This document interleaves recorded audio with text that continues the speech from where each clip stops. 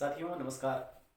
वर्तमान पीढ़ी की एक सबसे बड़ी बात अगर वर्तमान पीढ़ी से पूछी जाए कि सबसे नीडी चीज़ वर्तमान में क्या है, तो लगभग मुझे लगता है जवाब सबका यही आएगा कि 99% यही जवाब होगा कि पैसा is very most important things. और पैसा कमाने के लिए बहुत सारे सोर्सेज हैं। जैसे कोई डॉक्टर बनना चाहता है, उससे पैसा कमाना चाहता है, कोई इंजीनियर है, कोई ऑफिसर्स है, कोई पॉलिटिक्स में हाथ अपना आजमाना चाहता है, कोई टीचर है, कोई प्रोफेसर है।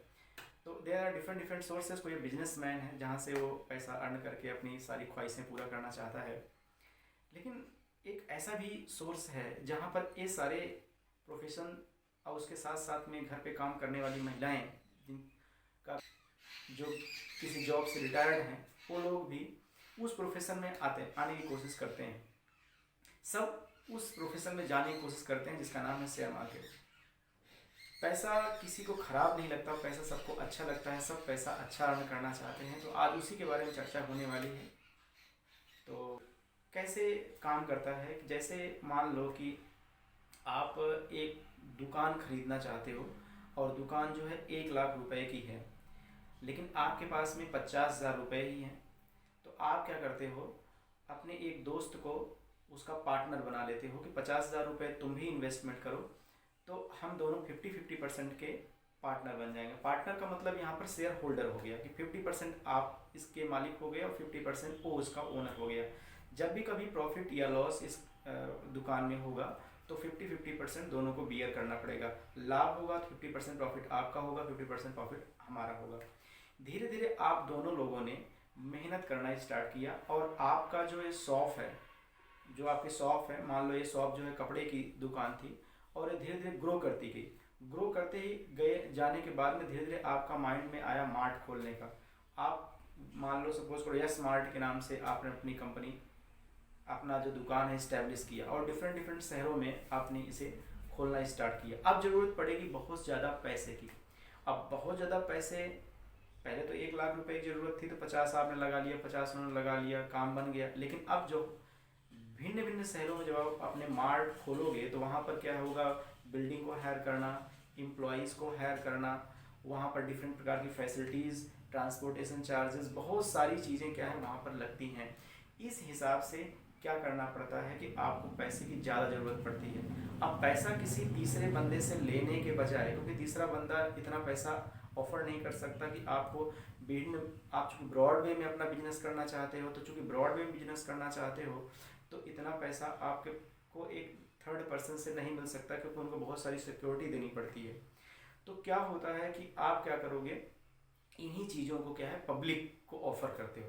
तो पब्लिक को ऑफ़र करने का जो तरीका होता है उसको, वही चीज़ जो पब्लिक को ऑफ़र करते हो, तो ऑफ़र कैसे करते हो, अपने शेयर को बेचते हो आप।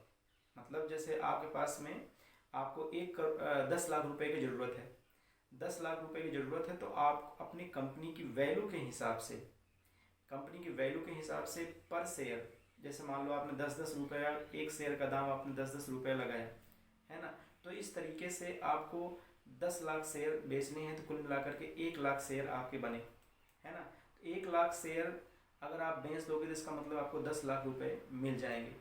तो इस हिसाब से आप क्या करते हो कि उस शेयर को मार्केट में खरीदते हो और पब्लिक देखती है कि आपकी कंपनी बहुत ज़्यादा ग्रो करने वाली है, आप में प्रॉफिटेबिलिटी ज़्यादा है, स्किल डेवलपमेंट आपके एम्प्लॉयज़ का बहुत अच्छा है और काम आपकी कंपनी बहुत अच्छे मूड से काम कर रही है और जो आउटपुट है आपकी कंपनी का बहुत ज़्यादा है, ग्रो बहुत ज़्यादा है। तो पब्लिक भी क्या करती है, लालच में आकर के आपके शेयर खरीदती है। लालच में आने का मतलब क्या है कि वो जितने शेयर आपके खरीदेगी उतने का मालिकाना हक आपके मार्ट की पब्लिक हो जाएगी, जो इंडिविजुअल खरीदेगा। तो इस हिसाब से क्या होता है शेयर मार्केट। तो ये शेयर मार्केट, इक्विटी मार्केट और आपके सामने जो तीसरा है स्टॉक मार्केट, ये तीनों एक ही चीज़ें हैं, तीनों डिफरेंट नहीं है, तीनों एक ही चीज़ें हैं।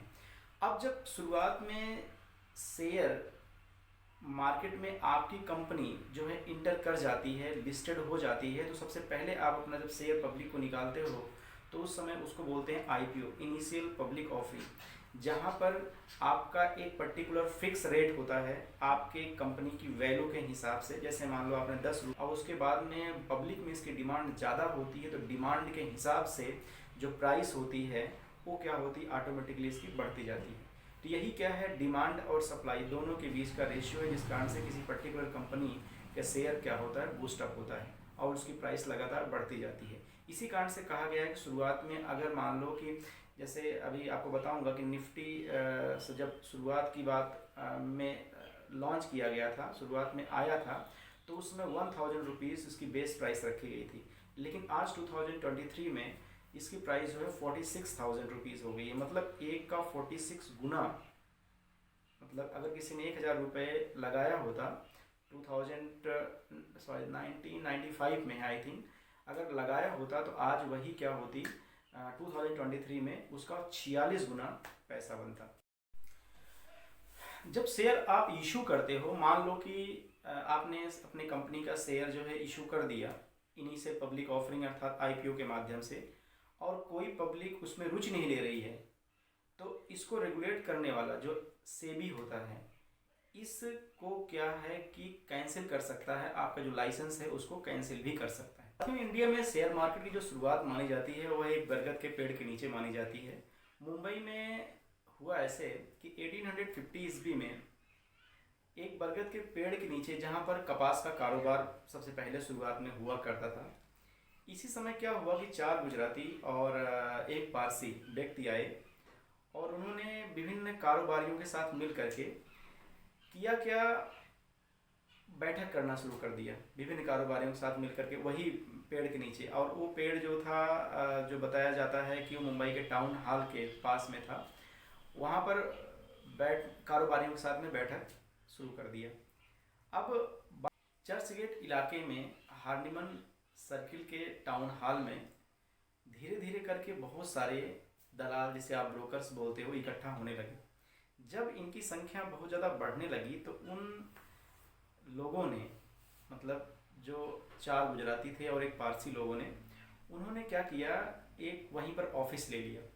और जब वहाँ पर एक ऑफिस ले लिया तो धीरे धीरे वही चीज़ जो है बॉम्बे स्टॉक एक्सचेंज के रूप में जाना जाने लगा, जिसको हम बीएसई बोलते हैं।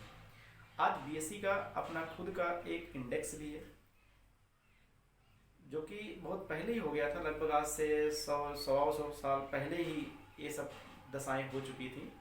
उनका खुद का एक इंडेक्स है जिसको आप लोग सेंसेक्स बोलते हो। आज सेंसेक्स में 1-2 नहीं, लगभग 5000 कंपनियां लिस्टेड। इंडिया का एक दूसरा एक्सचेंज भी है जिसे हम लोग एनएसई बोलते हैं। एनएसई का जो सेंसेक्स है, सॉरी, एनएसई का जो इंडेक्स है उसको हम निफ्टी बोलते हैं। निफ्टी क्या है, जो कि मिल के बना हुआ है एनएसई प्लस 50। इसमें टॉप 50 कंपनी के हिसाब से क्या होता है, इसका जो उतार चढ़ाव या रेटिंग जो दी जाती है वो टॉप 50 कंपनियों के प्राइस के उतार चढ़ाव के हिसाब से ही निफ्टी का प्राइस ऊपर नीचे चढ़ता है। इसी हिसाब से बैंक निफ्टी, इसी हिसाब से ऑटो, निफ्टी ऑटो है, निफ्टी एफएमसीजी है, निफ्टी आईटी है, निफ्टी मीडिया है, निफ्टी रियलिटी है, और मतलब इस तरीके से और भी बहुत सारे सेक्टोरियल इंडेक्स हैं जो कि हम लोग अपने इंडिया में देखते हैं, जो कि परफॉर्म कर रहे हैं कम्प्लीटली। निफ्टी जो 1995 में जो इसकी बेस वैल्यू रखी गई थी वो 1000 रुपीज़ रखी गई थी। मतलब 1000 रुपये में आप अगर निफ्टी का वो शेयर खरीद लेते तो आज की डेट में वही वैल्यू जो है 46,000 रुपये है। मतलब 1995 से लेकर 2023 में वही 46 गुना बढ़ गई है वैल्यू। तो इस हिसाब से आप जान सकते हो कि किस तरीके से शेयर मार्केट ग्रो कर रहा है कंटिन्यूली। बात करें थोड़ा सा इंडेक्स वाले शब्द की, जो इंडेक्स कई बार आया है। इंडेक्स जो ये शब्द है यह प्राइस परफॉर्मेंस को इंडिकेट करता है किसी भी क्षेत्र में।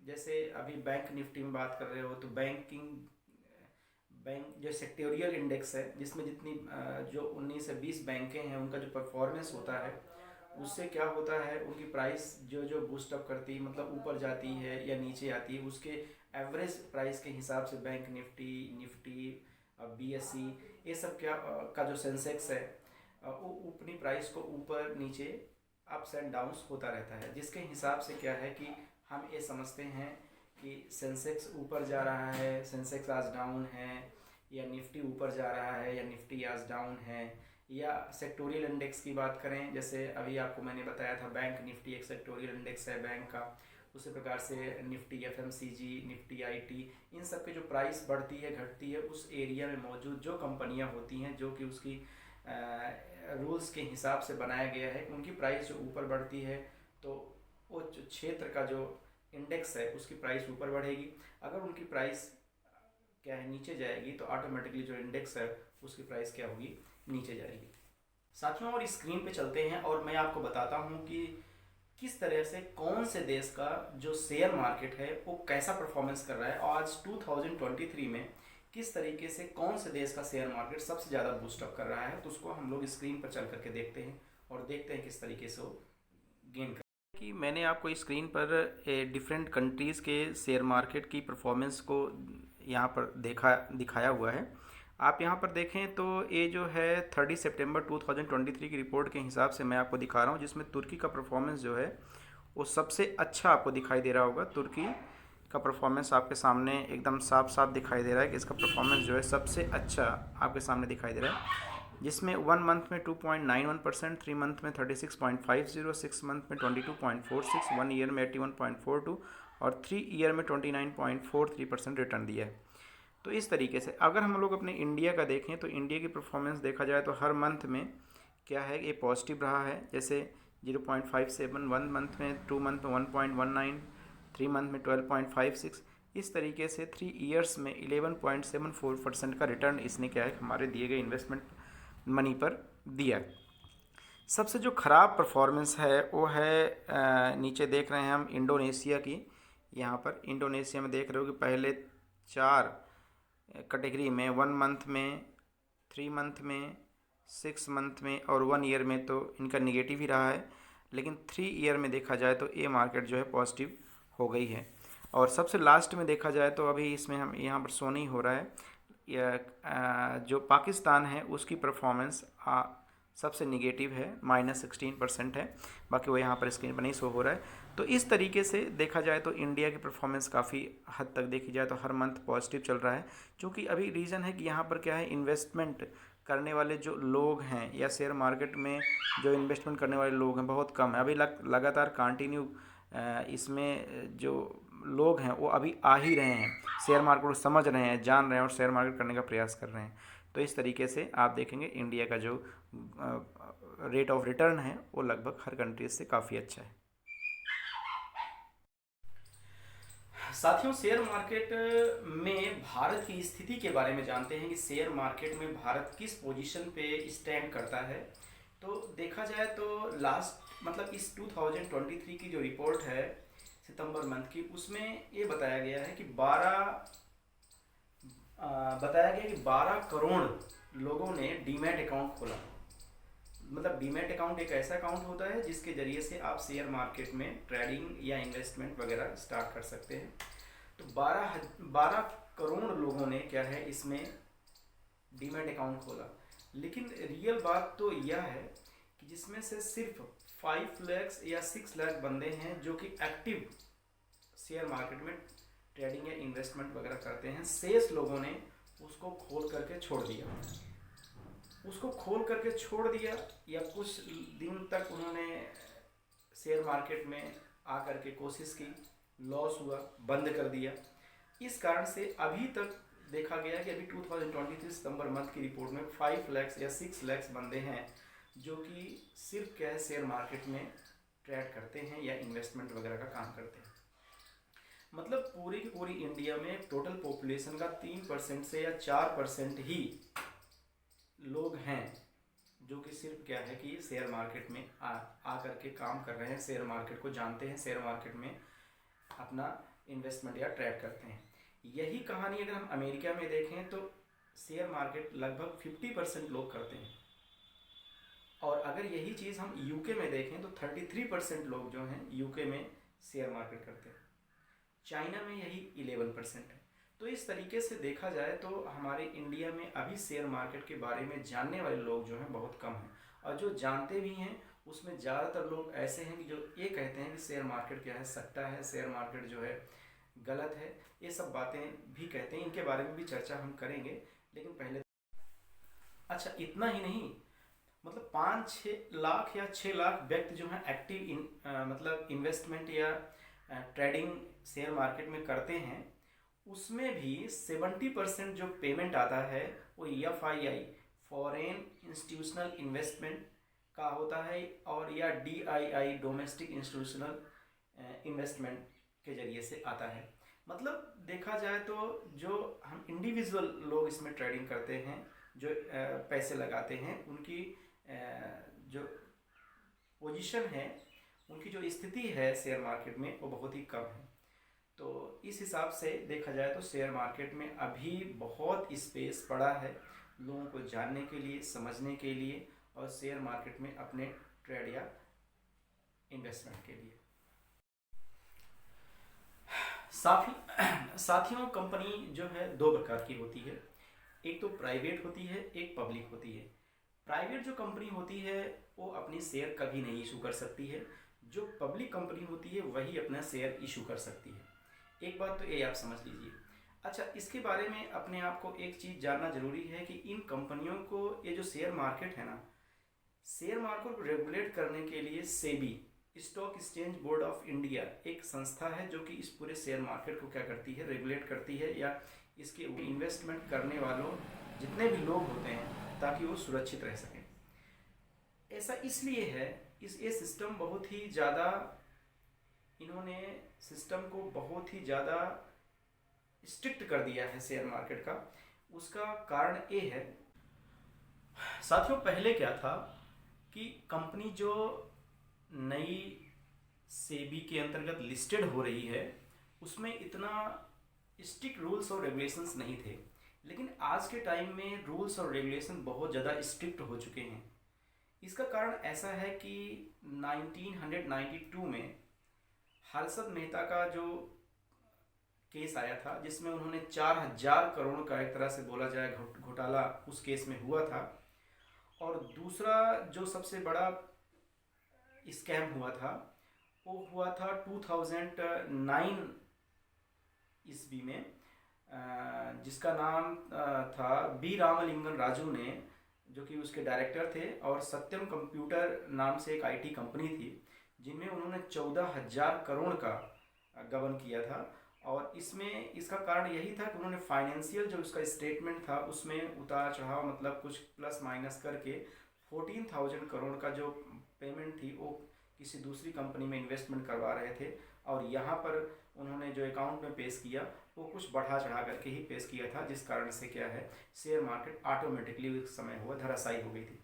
तो मेरा कहने का मीनिंग ये है, इन सब चीज़ों से बचने के लिए stock exchange board of India SEBI ने एक रूल निकाला है, और जो कि बहुत ही स्ट्रिक्ट है। अब कोई भी कंपनी सेबी के गाइडलाइंस को जब कम्प्लीटली पूरा करती है तो 3 साल तक उसको तो लिस्टेड होने में लग जाता है।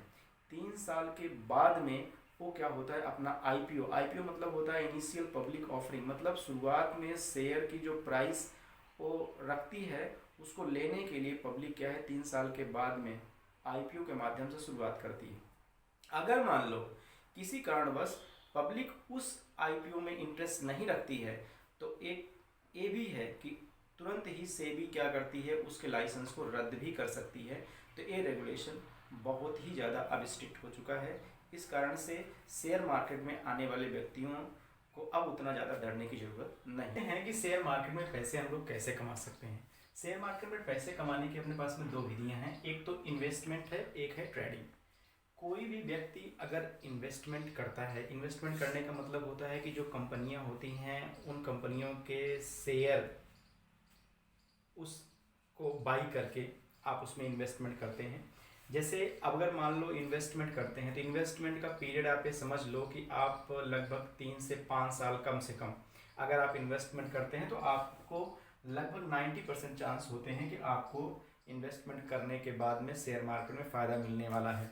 लेकिन एक बात ध्यान होना चाहिए, इन्वेस्टमेंट आंख बंद के या किसी के कहने पर आप उस पर्टिकुलर कंपनी के शेयर में ना इन्वेस्टमेंट करें। इन्वेस्टमेंट करने के लिए आपको कुछ बातें जानना जरूरी है, जिसको बोलते हैं फंडामेंटल एनालिसिस। मतलब उस कंपनी के बारे में जानो कि ये कंपनी किस टाइप की है, मतलब क्या प्रोडक्ट बनाती है, क्या सर्विस प्रोवाइड करती है, उसके बारे में जानो कि कंपनी का टाइप क्या है। और फ्यूचर में इसकी डिमांड हो सकती है या नहीं हो सकती है, वो आप अपने हिसाब से आंक सकते हो। दूसरी बात है इसका हिस्ट्री। हिस्ट्री का मतलब होता है इसका जो बीता हुआ कल था वो कैसा था, उसका पूरा का पूरा ग्राफ आप देखो। और ग्राफ देखने के बाद में जिस दिन से कंपनी स्टार्ट हुई है उसके बाद से आज तक इसके प्रॉफिट और लॉस कितना हुआ है, मतलब कितना उतार चढ़ाव हुआ है इसके कॉस्ट में, है ना, इसकी प्राइस में, उस सब चीज़ों को आपको कम्प्लीटली क्या है खुद ही देख करके आकलन कर लेना चाहिए कि ये कंपनी जो है इन्वेस्टमेंट करने लायक है या नहीं है। इसकी बैलेंस शीट को चेक कर लो, इसमें जितने लोग काम कर रहे हैं, एम्प्लॉयज़ की सैलरी कहीं पेंडिंग तो नहीं है। सत्यम कंप्यूटर की तरीके से, सत्यम कंप्यूटर जब उसको 2009 की बात है, जो कि आईटी कंपनी थी, उसमें लगभग 4 साल से तो वेतन ही नहीं दिया गया था। तो कंडीशन क्या है, इसको भी आपको चेक करना बड़ा इंपॉर्टेंट है। फाइनेंशियल रिकॉर्ड इनका कंप्लीटली चेक करना बड़ा इंपॉर्टेंट है। ये सब चीज़ें अगर आपको ठीक लगे तब आप उस कंपनी में इन्वेस्टमेंट कर दें, लेकिन ध्यान रहना चाहिए कि इन्वेस्टमेंट हमेशा लॉन्ग टाइम के लिए होता है, कम से कम 3 से 5 साल, और आगे ऊपर करेंगे तो और भी ज़्यादा आपको फ़ायदा मिलेगा। दूसरा जो है ट्रेडिंग है। आज जो अपने शेयर मार्केट में 80% से 90% लोग, या हम बोल सकते हैं लगभग ज़्यादातर लोग ट्रेडिंग ही कर रहे हैं। अब उसमें ट्रेडिंग में भी कई तरीके के, जैसे मान लो ट्रेडिंग में है आपके सामने फ्यूचर, और दूसरा है option trading. Option trading, future में इन सब में क्या होता है, कॉन्ट्रैक्ट होता है। कॉन्ट्रैक्ट क्या होता है, जैसे 1 महीने का कॉन्ट्रैक्ट है तो 1 महीने का मतलब ये होता है कि आप उस पर्टिकुलर शेयर को आपके दिमाग में होगा, उसको आप बाई कर लिया तो 1 महीने के अंदर अंदर आप उसको कभी भी बेच कर सकते हो, और 1 महीने के अंदर आप उसको कभी सेल कर सकते हो, कभी उसको बाई कर सकते हो। तो फ्यूचर में एक कंडीशन ए होती है। ऑप्शन, जैसे मान लो कि ऑप्शन में आपके पास है, मान लो इंट्राडे है, 1 दिन का है, वीकली है। ऑप्शन ट्रेडिंग वीकली होती है। तो वीकली में क्या होता है, साप्ताहिक होता है। साप्ताहिक में क्या होता है, जो कॉन्ट्रैक्ट होता है वो 7 दिन में तक उसका टाइम होता है। आपने मान लो कि आपने फ्राइडे को बाई कर लिया, कोई भी, चाहे निफ्टी ले लिया आपने या बैंक निफ्टी ले लिया, वीकली ले लिया के अंदर, मतलब फ्राइडे को ले लिया तो अगले थर्सडे तक आपको उसको कंप्लीटली क्या है कि सेल ही करना पड़ेगा। तो इस तरीके से ऑप्शन और फ्यूचर में कंप्लीटली क्या है कि ट्रेडिंग हम लोग देखते हैं। ज़्यादातर ट्रेडिंग अपनी क्या केस में क्या होती है, ट्रेडिंग इसी, मतलब ज़्यादातर अपनी जो शेयर मार्केट में लोग करते हैं वो ट्रेडिंग ही करते हैं, जिसमें ज़्यादातर क्या है फ्यूचर और ऑप्शन ट्रेडिंग पे ही लोग पैसे क्या करते हैं, खर्च करते हैं। और इसमें करने का तरीका क्या है, जैसे इसमें फंडामेंटल एनालिसिस ज़रूरत पड़ती है, तो इसमें क्या होती है, टेक्निकल एनालिसिस ज़रूरत पड़ती है। इसमें इसलिए क्या है कि आपको अगर ग्राफ देखना आता है, वो ग्राफ जो है हम यहाँ पर देखते हैं, वो सबसे सिंपल ग्राफ होता है जिसको बोलते हैं Japanese candle stick. Japanese candle stick, इसको आपको देखना आना चाहिए। अगर आप इसको देखना आ गया और उसके बाद में आपको कहाँ पर किस प्राइस में एंट्री लेनी है, एंट्री मतलब किस प्राइस में आपको उस शेयर को बाई करना है, और कहाँ एग्जिट करना है, एग्जिट का मतलब कहाँ आपको सेल करना है, और एसएल कैसे लगाते हैं, जो स्टॉप लॉस होता है, स्टॉप लॉस को कैसे लगाएं, ये सब चीज़ें आपको जानना आ गया तो आप निश्चित है कि ट्रेडिंग में भी अच्छे पैसे आप कमा सकते हो। तो इस हिसाब से क्या करते हैं बेटा, हम शेयर मार्केट में ट्रेडिंग और इन्वेस्टमेंट करते हैं। अब थोड़ा इस बात पे चर्चा कर लेते हैं कि शेयर मार्केट एक गैम्बलिंग है, जिसे लोग सट्टा बाजार ही बोलते हैं, कि शेयर मार्केट में जाने के बाद में पैसे गायब होने के ही चांसेस होते हैं और नुकसान ही होने के चांसेस होते हैं। तो मुझे लगता है कि ये बात आपका सोचना बिल्कुल सही है कि शेयर मार्केट एक गैम्बलिंग के जैसा है, लेकिन इसमें जब आप किसी के कहने पर शेयर मार्केट करोगे, इसके बारे में जानोगे नहीं, इसको आप सीखोगे नहीं, किस पॉइंट पे आपको एंट्री लेनी चाहिए, किस प्राइस पे आपको शेयर खरीदना चाहिए, किस प्राइस पे आपको सेल करना चाहिए, सेल कहाँ लगाना चाहिए, ये सब चीज़ें आपको मालूम नहीं है।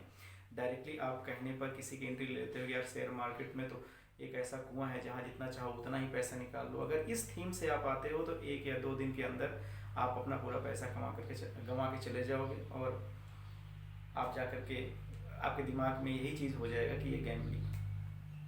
तो मेरा कहने का मीनिंग ये है कि शेयर मार्केट में कभी भी आप इंटर करने आओ उससे पहले आपको पहले इसको सीखना चाहिए, समझना चाहिए, और सीख लो, समझ लो, फिर उसके बाद में आप एक बार प्रैक्टिकली आप उसको ट्राई करो। कमाने के बजाय पहले पैसे बचाने के लिए सोचो। जब भी कभी आप इसमें इंटर करो तो 4 या 5 हज़ार रुपये ले करके आप अपना कोई भी शेयर बाई करो, समझ करके।